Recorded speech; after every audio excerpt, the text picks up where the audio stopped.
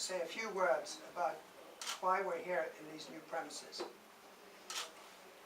When I first joined the Historical Foundation 8 years ago as chairman, the foundation was round the corner in Waring Street in a building called Cotton Court. And I must say it was like a rabbit warren. It was very dark, it was very gloomy. It was full of scholarship, it was full of wonderful ideas, but really not very good working conditions. So I think one of my first suggestions was that we should try and find decent offices.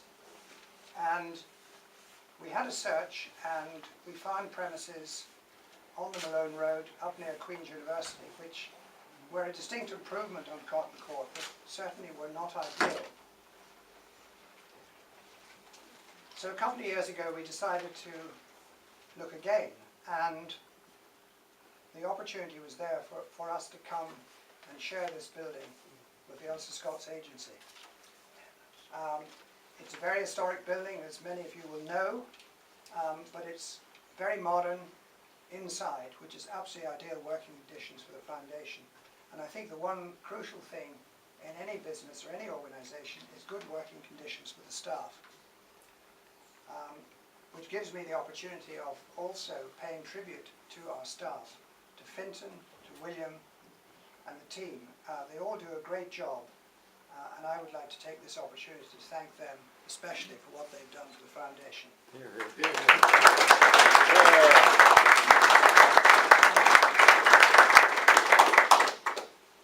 Now, of course, all this wouldn't be possible without the support of outside organisations and members of our guild and other supporters. And I think it's appropriate to take this opportunity to thank all those public bodies who've given us assistance and aided us and assisted us over the years. Our guild members and staff, of whom we have something like, guild members and supporters, of whom we have something like 1,500, are a vital cog in the wheel. And we're always trying to recruit new guild members. So anyone who's not a guild member, I would encourage you to sign up today before you leave. The door will be closed until you sign up. This is a wonderful organisation. We may be small, but there is enormous talent in the management team. And I must say, as a bit of an outsider, I am greatly encouraged by the way they go about their business and the opportunities which are there for the Ulster Historical Foundation in the future. And with your support and help, I'm sure we'll fulfil that. It now gives me great pleasure to hand over to Fintan for the next stage of the proceedings. Okay, thank you, Chairman. Good afternoon, everybody. Can you all hear me okay?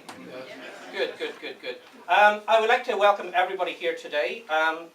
Friends and supporters, we appreciate you taking the time out to come and help us open our new offices this afternoon. I would like to extend a warm welcome to, as the Chairman said, the Deputy Lord Mayor, the US Consul General, Dan Lawton, if he has made it to the event yet. Councillor Colin Kennedy, Dan Gordon, if Dan's still with us, our speaker this morning, superb lecture given by Professor Curl, and of course Dr. Brian Traynor, who's with us to actually open the office today, and we're absolutely delighted that Brian has made it. Of course, we also want to welcome Catherine Bloomson, Annette McKee, Richard Clark, three stalwarts who have supported the organisation over so many years in the work that we do, and two special friends, Wilson Nichol and Norman McClelland. And Wilson has travelled from England to be with us this morning, and Norman is travelling from Phoenix, Arizona, with some family members and friends in Ireland. So I'd like to thank you all. And I would also like to welcome back some of the old members of staff of the Ulster Historical Foundation. It's great to see you here again today. Well, why are we here today? Well, we're here to open our new offices in the Corn Exchange, made possible by the donations of so many donors. And without that, it just would not have been possible. Dennis has alluded to them already, but I just want to reiterate our thanks publicly to those who helped make this happen. First of all, the Department for Communities, which was formerly through the Department of Culture, Arts and Leisure and the Ministerial Advisory Group. And I would like to thank Martina Campbell from the Department of Communities, if she's here, for the support, because that was the crucial initial support that made this move possible. I would also like to thank the Ulster Scots Agency, and would like to thank Chairman Tom Scott and Chief Executive Ian Crozier for being here today. I'm sorry Brian McTaggart and Bill Smith, formerly of Magus, the Ministerial Advisory Group on Ulster Scots, are not able to join us today, but I'm delighted to see Dr. John Kirk is with us. I would also like to thank the Awards for All from the Big Lottery Fund. They help fund much of the equipment and materials in the office, and Ulster Garden Villages, who support us in respect of some of the equipment as well, and one of our major donors and friends, Wilson Nicol. But I don't want to forget the numerous other donors who supported us, those people who gave what they could to help make this happen, and we would wish to thank you all, but we can't do it individually at this time. As you can see, our offices are well appointed and immeasurably better than what we had, and better suited to the needs of the organisation now and in the future. As some of you who have been long-standing friends of the Foundation will know, we've been somewhat itinerant in recent years, moving from pillar to post, but we hope we'll be here for a long while. You're welcome to look round the office and speak to our staff. We're wearing yellow lanyards, so speak to any member of staff and get an idea of what the Foundation does. You also, if you have been wandering around, you will have seen down the back what we like to call our newspaper grotto. That should be where our newspaper shelving is, but it will not be installed till the next 2 weeks. Blame it on a broken machine part. But like the Navajo Native Americans in Arizona, famed for their beautiful rugs, whenever they weave a rug, they deliberately weave a mistake into the rug to demonstrate that nothing in the human world is perfect. And so we too, not so deliberately, are not quite finished yet, but we will be very soon. The other reason, though, we've brought you here today is to pay tribute to these very significant supporters of the Foundation who have worked tirelessly over decades to support the organisation through the work that we do, through family history research and publishing. And I'm speaking specifically of Catherine Bloomson and Annette McKee, two long-standing researchers who have been with the organisation from the 1970s, and Professor Richard Clark, who many of you will know, author, compiler and editor of some of the many books. And of course it goes without saying, our special guest, Dr. Brian Traynor. Brian, who has been the lifeblood of this organisation for so many decades. But I'm going to now just hand over briefly to William, just to say a few words about Annette, Catherine and Richard. Ladies and gentlemen, again, reiterate words of thanks to you all for coming here today. Now, back in 1997, I was interviewed for a position of researcher with the Ulster Historical Foundation. And who should be interviewing me but Catherine Bloomson. And Catherine, by that stage, was a hugely experienced researcher. And in the weeks and years ahead, Catherine taught me so much about records. Annette, likewise. Both Catherine and Annette have been with us since the 1970s. The two of them are outstandingly good researchers. If there was ever a really difficult inquiry, it was passed to either Catherine or Annette, who more often than not were able to work out the mystery and find the story behind the family. So we would like to genuinely thank Catherine and Annette for all that they have done for us over the years. Between them, they've completed over 2,000 in-depth genealogical searches. And yes, I think that's worth it.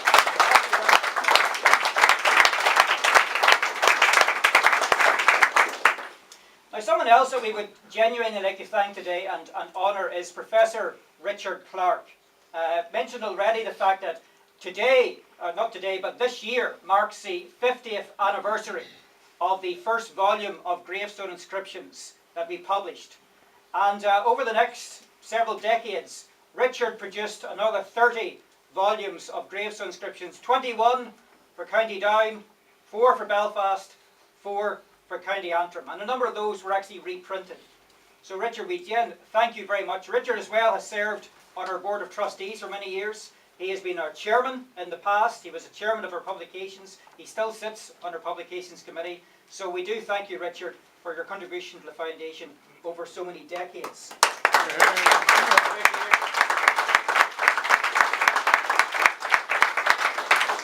So Richard, for you, we would like to present you with this framed poster showing the front covers of all your gravestone inscriptions.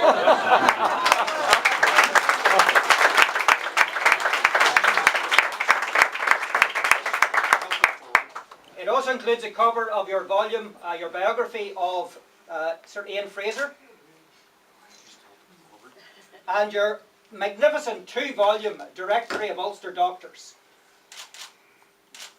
Over 1,600 pages of biographies of Ulster doctors, only up to 1901. So thank you, Richard. We'd like to present you with this. We'd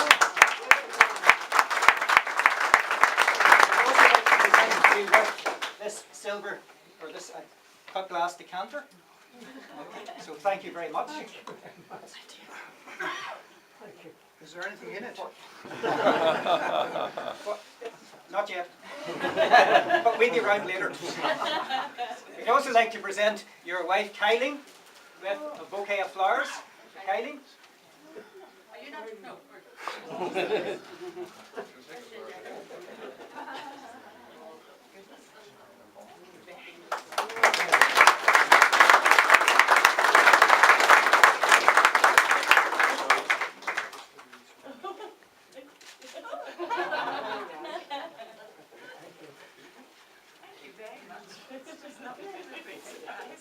For Catherine and Annette, we also have crystal vases, an expression of our appreciation to you both over many years of research. So, Annette, for you, okay. And for Catherine, for you. So thank you very much.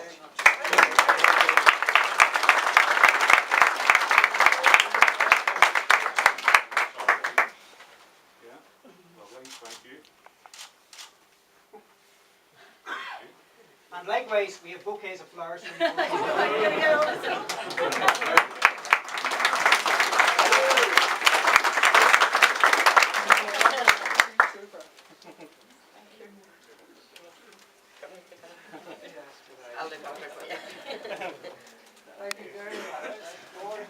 Well, I'm not usually stuck for words as Heather Graham, who typed all my reports, would tell you. But I'd just like to say I have got more out of the foundation, I think, than I have put into it. Oh. Right. Thank you, Catherine. I would just like to remember back to, we started off with a wee room in Prody in Balmoral Avenue, and then we moved to the house on the side of the road, and then we came into the centre of town. All these different places, and now we're in this magnificent building. I can't get over how lovely it is. Thank you all very much.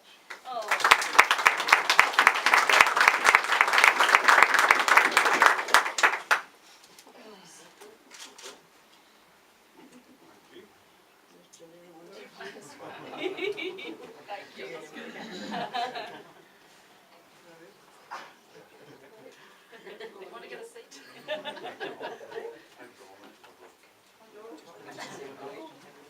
Okay, sir. Yes, please, you'd like to say. I should say a word perhaps of thanks. I mean, you put the words into my mouth. I've got far more out of the foundation than I put in, and they've supported me going way back, going back even further to Ken Darwin of the Prony, Ivy Embleton, who did the secretarial work in those early days, and Brian Hutton, and of course Brian Traynor. The whole tribe of people, all interested in family history and the gravestones, supporting the gravestone inscription series, which I'm afraid I gave up when I reached sort of the 60s, and I thought I'd done enough tramping around old wet graveyards. And then I got interested in medical history. So and the foundation still supported me with publication of various books. So I'm very grateful to the foundation. Thank you very much.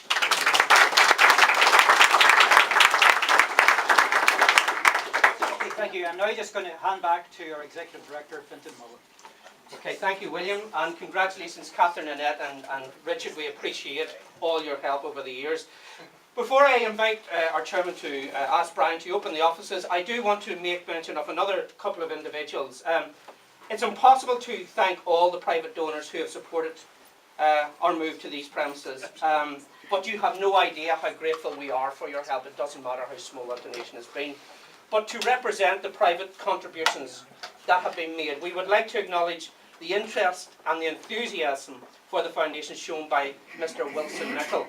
We first met Wilson about 6 years ago when he purchased a genealogical product from the foundation. We traced his Luton ancestors back in Achadurg, I believe is the parish. And we invited him then over for a week long of activities which included visiting the family location.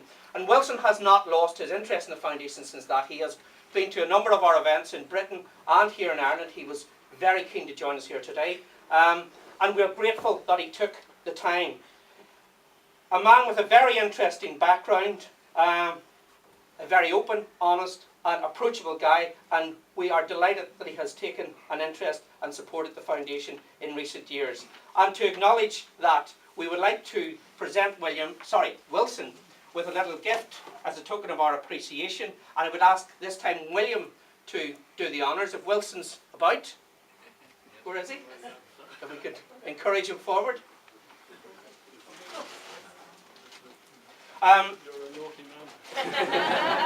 This is a bound edition of William's book on the Abercorns, the Hamiltons of Baronscourt, and it's signed by the Duke and by William, so don't let me do it.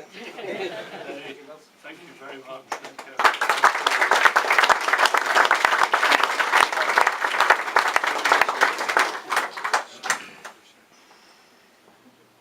William, do you want your book back?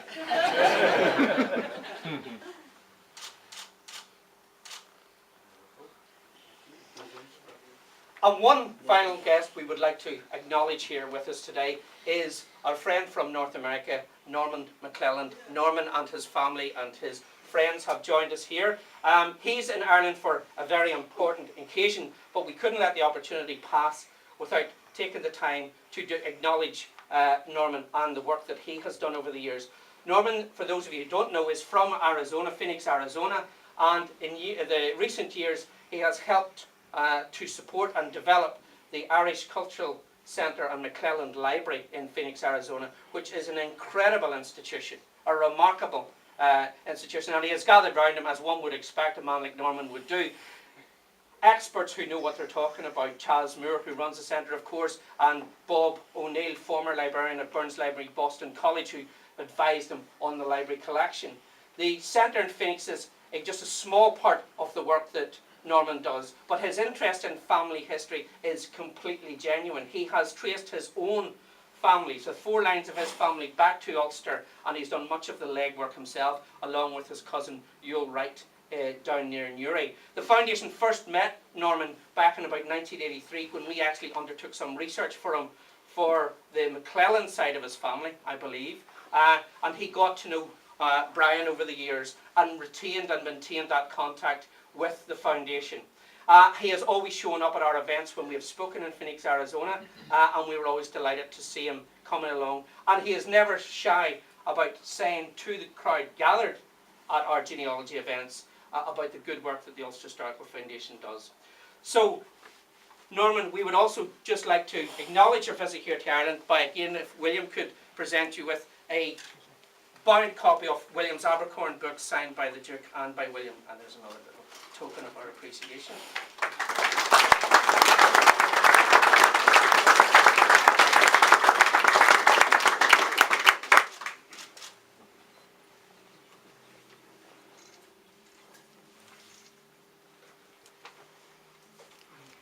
Now I have just one last thing to do before... Can I say something? You sir. I just wanted to say from America, don't worry about Donald Trump. Everything's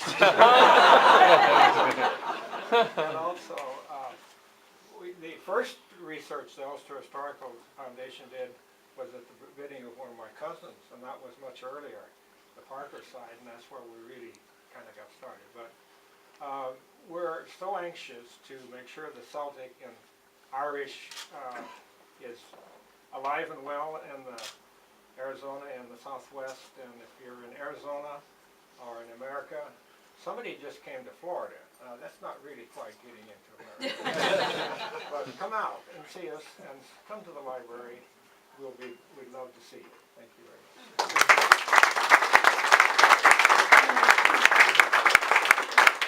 Finally, and very quickly, because I realise we don't want to take up too much more of your time, I want to pass back to the Chairman and Brian. But there's one last little thing we want to do for our special guests, And this might be compared to Pope Francis creating a batch of cardinals all into one go.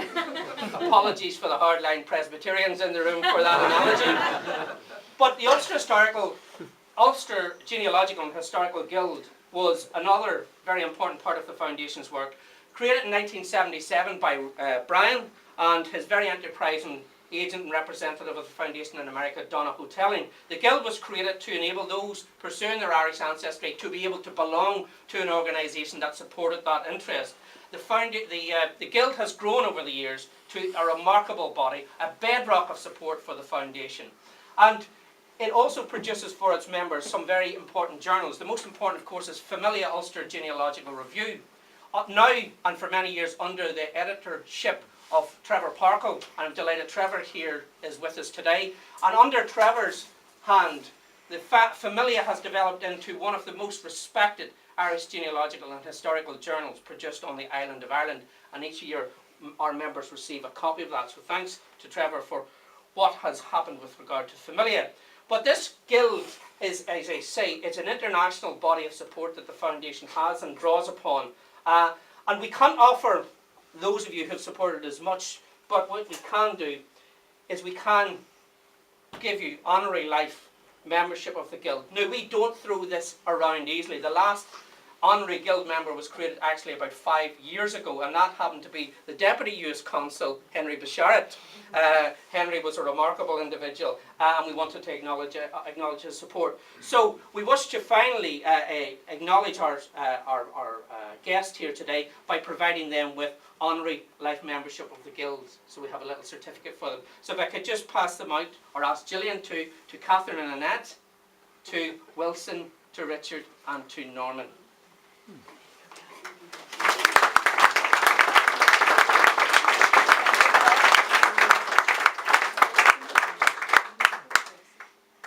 And in Norman's case, I know we cannot compete with the very prestigious award that he's due to receive tomorrow in Dublin from the President of Ireland, but the Foundation would like to acknowledge him in coming to Ireland at this time. Now, I've taken up too much of your time, so I'm going to hand back to the Chairman and to Brian. Thank you very much.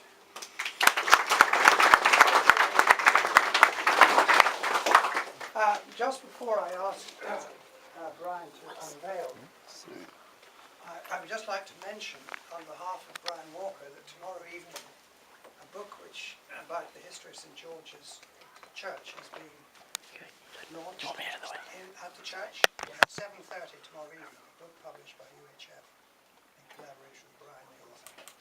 Now, I don't think there's anything I can say that you don't already know about Dr. Brian Traynor. He's a legend in his own lifetime.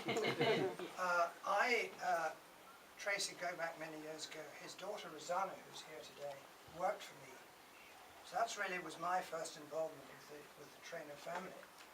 And it wasn't very long after that, he appeared in my office one day, bubbling with enthusiasm, saying, I'll write your family history, I'll do this, I'll do that. But he's been so busy doing other things, he actually hasn't got round to doing it. It's work in progress. But nevertheless, Brian, you're a very special person, very dear to the hearts of the Foundation and all your friends here today. And it gives me great pleasure to ask you to unveil, on behalf of the Foundation, the recognition of moving to the new premises. Good, Chairman. Well, thank you. I'm not capable of doing much these days, apart from pulling down a curtain. But I inherited the Foundation way back in 1970 when I became head of the record office. I had nothing whatever to do with the early years of the Foundation. That was Ken Darwin, my friend, closest friend, Ken Darwin, and Brian Hutton. But, you know, they were working closely with the Prime Minister's department because the Government Information Services wanted to identify the places of origin in Ulster of the men who became presidents in America, and an astonishing number did. No more than 2 or 3 million people could have emigrated to America from this province of Ulster, and yet 4 first-generation members of these families became presidents of America That is a staggering achievement. Anyway, that is what Ken Darwin and Brian Hutton were working with, and they were working directly with the Prime Minister's Department. So that was obviously an important role. We used to mock them a bit because we were kind of going around gathering records. But anyway, I inherited the foundation, and well, I was determined that it would not fail for efforts on my part. In 1980, when the Mormons held a World Conference on Records in Salt Lake City, I was invited to give a couple of lectures, but in addition to that, I was their keynote speaker. I was speaking to the assembled throng of state archivists of the world. Well, coming from a small regional archive, that was an astonishing recognition. It wasn't me personally, it was the place that I represented. Well, that gave me obviously eminence in America to a degree.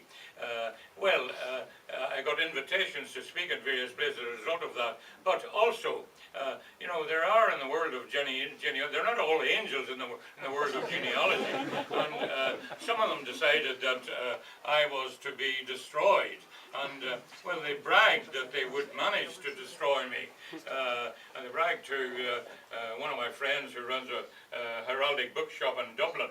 He said to me, "Brian, you better take care. They're going for you."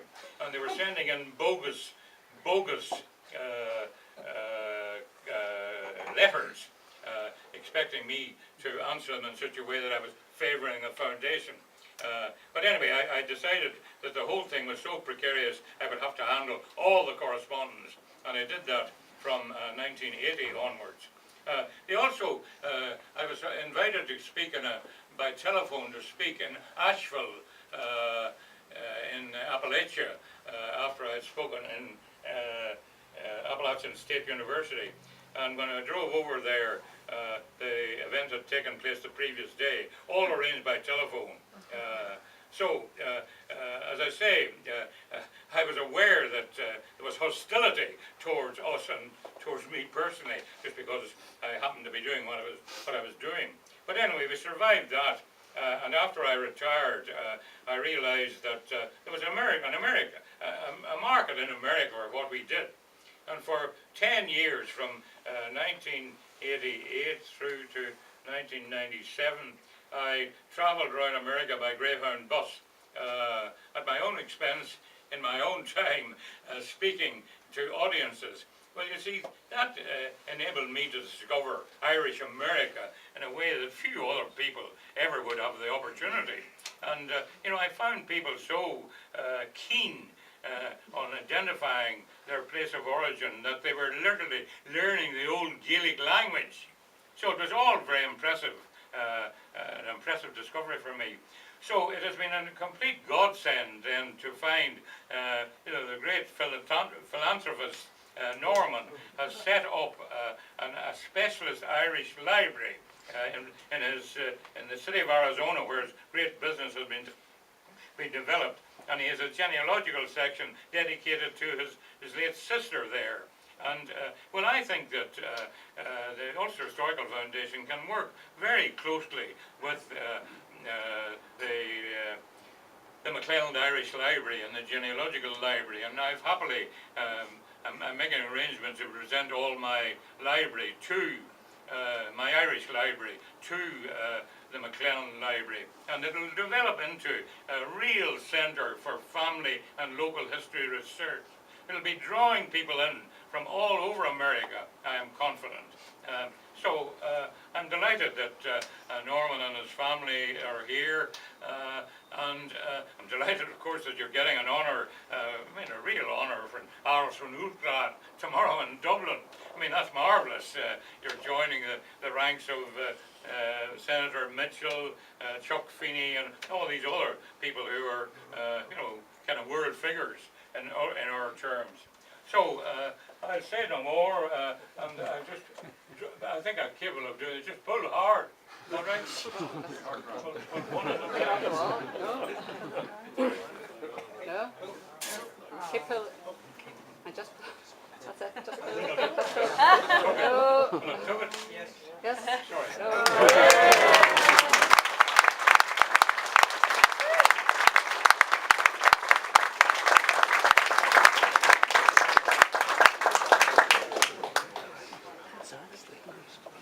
Ladies and gentlemen, that concludes today's formal proceedings. I see Finton is obviously...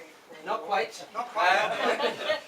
Just as a little mark of our appreciation for Brian being with us today, no better man to ask to open the premises. We just like to present Brian with this little gift, a little keepsake from today. Oh, that's very good of you. Thank you. for coming out. Thank you.